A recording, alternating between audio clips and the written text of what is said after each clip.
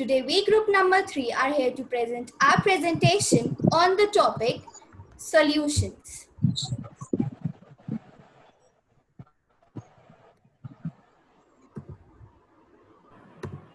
Solutions are homogeneous mixtures of two or more than two components. By homogeneous mixtures, we mean that its composition and properties are uniform throughout the mixture. Parts of solution. There are two different parts of solution, namely solute and solvent. Solute is generally the component of solution which is present in comparatively less quantity, whereas solvent is component of the solution which is present in comparatively larger quantity. Types of solutions. There are different types of solutions on the basis of solute and solvent present. Firstly, gaseous solution. Here, the solvent is gas and solute can be gases, liquids or solids. Second, liquid solution. Solvent is liquid, whereas solute can be gases, liquids or solids. Third, solid solution. Here, solvent is solids and solute can be gases, liquids or solids. Concentration terms. There are several different concentration terms as first, mass percentage. It is defined as mass of component in solution into 100 divided by total mass of the solution. Second, volume percentage. It is defined as volume of the component into 100 divided by total volume of the solution. Third, mass by volume percentage. It is defined as mass of solute into 100 divided by total volume of the solution. Fourth, parts per million. It is defined as number of parts of the component into 10 raised to the power 6 divided by total number of parts of all the components of the solution. Fifth, mole fraction. Number of moles of the component divided by total number of moles of all the components. Sixth, molarity. It is defined as moles of solute divided by volume of solution in liters. Seventh, molality. It is defined as moles of solute divided by mass of solvent in kg. Now I would request my friend Nihi to explain further topics. Solubility. Next. Two types. Solubility of a solid in a liquid and solubility of a gas in a liquid. Next.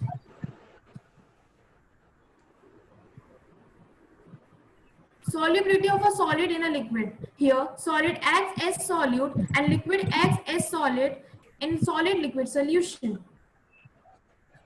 Solubility depends on two more factors: effect of temperature and effect of pressure. Effect of pressure. Pressure does not have any significant effect on solubility. Next. Here, gases act as solute and liquid acts as solvent in a gas-liquid solution. Henry's law. It states that the solubility of a gas in a liquid is directly proportional to the partial pressure of the gas present above the surface of liquid, which is represented as P is equals to Kh into X, where Kh is Henry's constant. Solubility also depends on two more factors: effect of pressure and effect of temperature. Effect of pressure. From above points, we can conclude that solubility of a gas increases with pressure. Effect of temperature. Solubility in liquid decreases on increasing temperature. Next.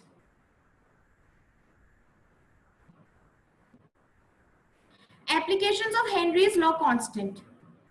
To increase solubility of a carbon dioxide in soft drinks and soda water.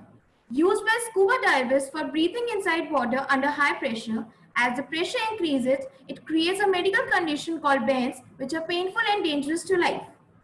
At high altitudes, as the partial pressure of oxygen is less there than at altitudes, which causes anoxia. Next.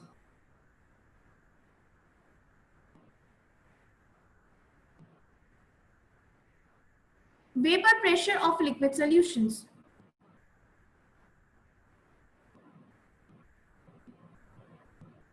Vapor pressure of liquid solutions is of two types: liquid-liquid solutions and solid-liquid solutions. Next. Liquid-liquid solutions. French chemist Francois Martin Raoult gave the quantitative relation between liquid-liquid solution. This relationship is known as Raoult's law. Raoult's law states that for a solution of volatile liquids, the partial pressure of each component of solution is directly proportional to its mole fraction present in the solution. Next.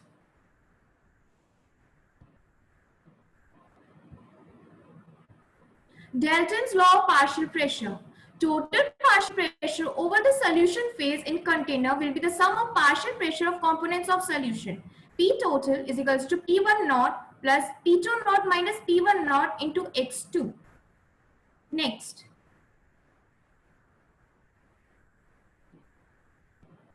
Raoult's law, a special case of Henry's law. According to the Raoult's law, the vapor pressure of a volatile component in a given solution is given by Pi is equals to Xi Pi naught. And for Henry's law, P is equals to Kh into X. If we compare both the equations, we can see that partial pressure for a volatile component or gas is directly proportional to its mole fraction in solutions. Next.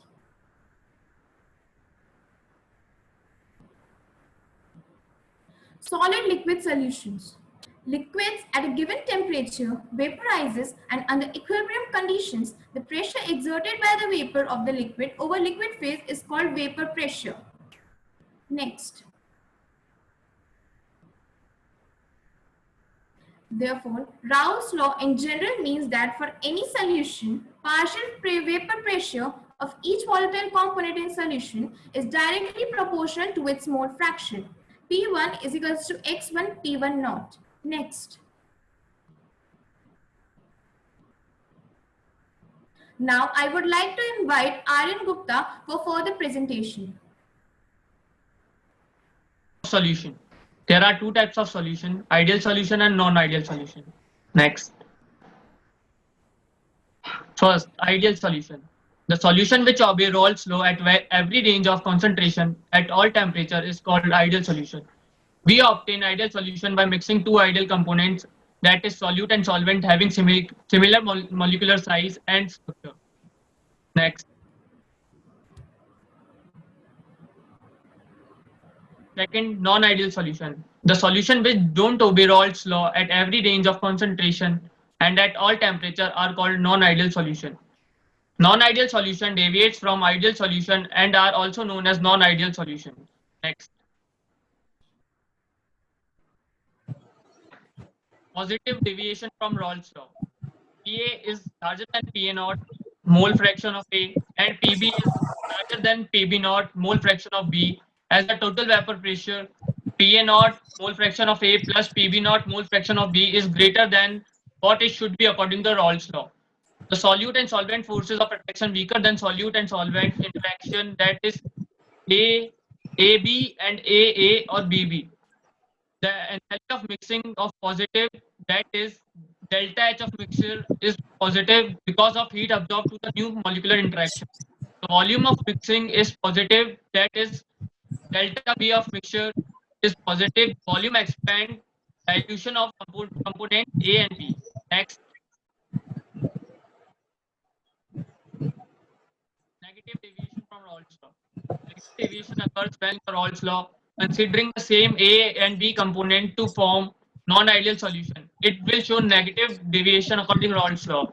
Pa is less than Pa naught, mole fraction of A, and Pb is less than Pb naught, mole fraction of B, as the total vapor pressure Pa naught, mole fraction of A plus Pb naught, mole fraction of B is less than what should be it with Raoult's law. The solute and solvent interaction is stronger than solute and solvent interaction, that is AB, AA or BB. The enthalpy of mixing negative, that is delta H mixing, is less than 0 because of more heat is released when new molecular interaction are formed. The volume of mixing is negative, that is delta V mix is less than 0 as the volume decrease on dilution of component. Next.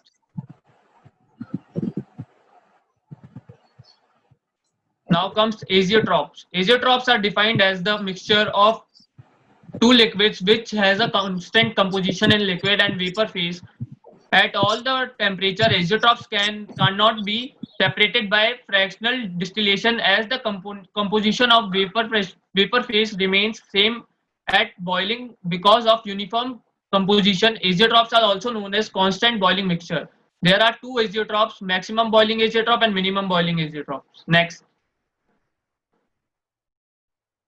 Here comes maximum and minimum boiling azeotrophs. Maximum boiling azeotrophs are the maximum boiling azeotrophs is formed when we make two non-ideal solution at some specific composition showing large deviation acid with water, and then comes minimum boiling azeotrophs. Minimum boiling azeotrophs is formed when we mix two non-ideal solution at some specific composition which show large positive deviation from Raoult's law. Example, ethanol and water.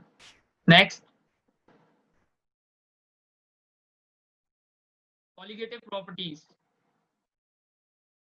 Colligative properties of number of solute particle in solution and not on their nature, such as A. Relative lowering in vapor pressure, B. Elevation of boiling point, C. Depression of freezing point, and osmotic pressure. Next. Pressure. According to Raoult's law, the relative lowering of vapor pressure of a solution is equal to the mole fraction of solute, which is relative lowering of vapor pressure Pa naught minus Pa upon Pa naught. Next. Boiling point. The boiling point of a liquid is the temperature at which vapor pressure is equal to the atmospheric pressure. We know that and on addition of a non-volatile liquid to a pure solvent, the vapor pressure of a liquid decrease. Delta Tb is equals to Tb naught minus Tb. Next.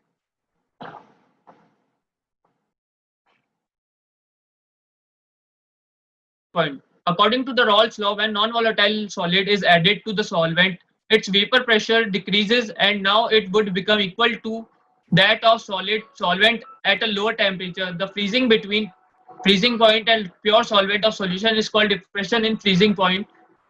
If T is the boiling point of the solution, then depression in freezing point is given as delta Tf is equals to T naught F minus Tf. Just like elevation in boiling point, depression in freezing point also directly related to molarity M. Next. Osmotic pressure. This phenomena of spontaneous flow of solvent molecule through a semi-permeable membrane from a pure solvent to a solution or from a dilute to a concentrated solution is called osmosis. Next. Bandt-Hoff factor. Next.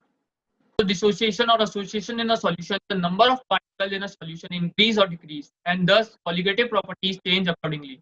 The extent of dissociation or association of solute in a solution can be expressed by the factor called Bandt-Hoff factor. Bandt-Hoff factor represented by I, which is equal to the observed colligative property upon theoretical or normal colligative property. Next. Now I would like to call Rahul for further topic explanation. Yes. Thank you. So please change abnormal molar masses. In chemistry, when the molar masses are calculated and if they are higher or lower than the expected value are known as abnormal molar masses. These are calculated using the colligative properties. Colligative properties include elevation of boiling point, lowering relativity of vapor pressure, freezing point depression, and ease of osmotic pressure. The name in itself has abnormal in it, which suggests the abnormality of how the molar masses are being calculated. We use the Bandt-Hoff factor. Change the slide. Introduction to abnormal molar masses. To study and understand more about the abnormalities that scientist Bandt-Hoff discovered, which is known as the Bandt-Hoff factors. This factor represents the extension of dissociation or association of a solute. This factor alone accounts for all the abnormalities in the molar mass. We will study about the Bandt-Hoff factor later on, but first we need to know about the association and dissociation of the particles.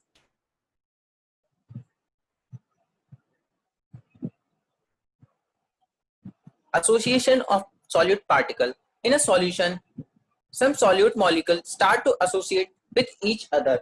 Thus, now there is a less number of these particles inside a solution. The colligative property will vary with the number of solute particles in the solution. As a result, they will now allow to start to decrease with the number of solute particle being less. The molar mass of solute is inversely proportional to the colligative property. Thus, there is a decrease in colligative property will lead to an increase in molecular masses. For example, acetic acid or ethonic acid associate in the solution when dissolved in benzene dimerization because the number of particle and hydrogen bonding are reduced. This happens usually with the solvent which have low dielectric constants. This experiment increases the molar masses more than the expected value achieved theoretically. Now another topic is reverse osmosis.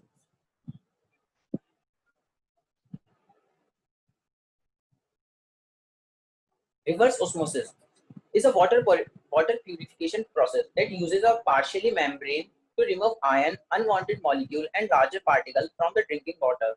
Reverse osmosis can remove many types of dissolved suspended chemicals as well as biological ones, principally bacteria, from the water, and is used in both industrial processes and the production of potable water. The result is that the solute is retained on pressurized side of the membrane and the pure solvent is allowed to pass to the other side.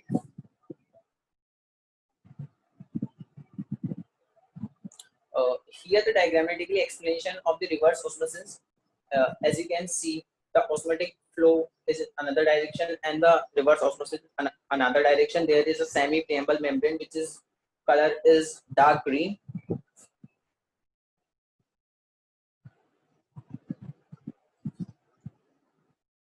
Reverse osmosis principle. Reverse osmosis work by reversing the principle of osmosis. The salt solution is subjected to pressure and pressured against semi-permeable membrane. Here, the applied pressure is greater than the osmotic pressure. Thus, the molecules move from a higher concentrated solution to a lower concentrated solution. As you can see under the near the diagram, there is the water is flowing which has contaminants is passing to the semi-permeable membrane and semi-permeable has been blocked all of them. Slight change. So here the difference between the osmosis and reverse osmosis. Osmosis, this is a process by which the molecules of a solvent passes through the semi-permeable membrane from a lower region to higher concentration region. Whereas in reverse osmosis, all the process is same, but the solvent passes through the solvent passing through the semi-permeable membrane from a region of higher concentration to the lower concentration when the pressure is greater than the osmotic pressure is applied. Osmosis is a natural process, whereas reverse osmosis is an artificial process. Osmosis occur along the potential gradient, and whereas reverse osmosis occurs against the potential gradient. In osmosis, it is observed during the opening of a stomata and observation of water from the soil by the roots. And in reverse osmosis, this is used in water purification systems.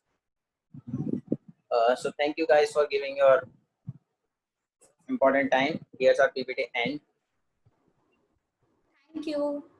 And I would like to thank you. Thank you, ma'am. Thank you for Thank being you, such good listeners. Thank you.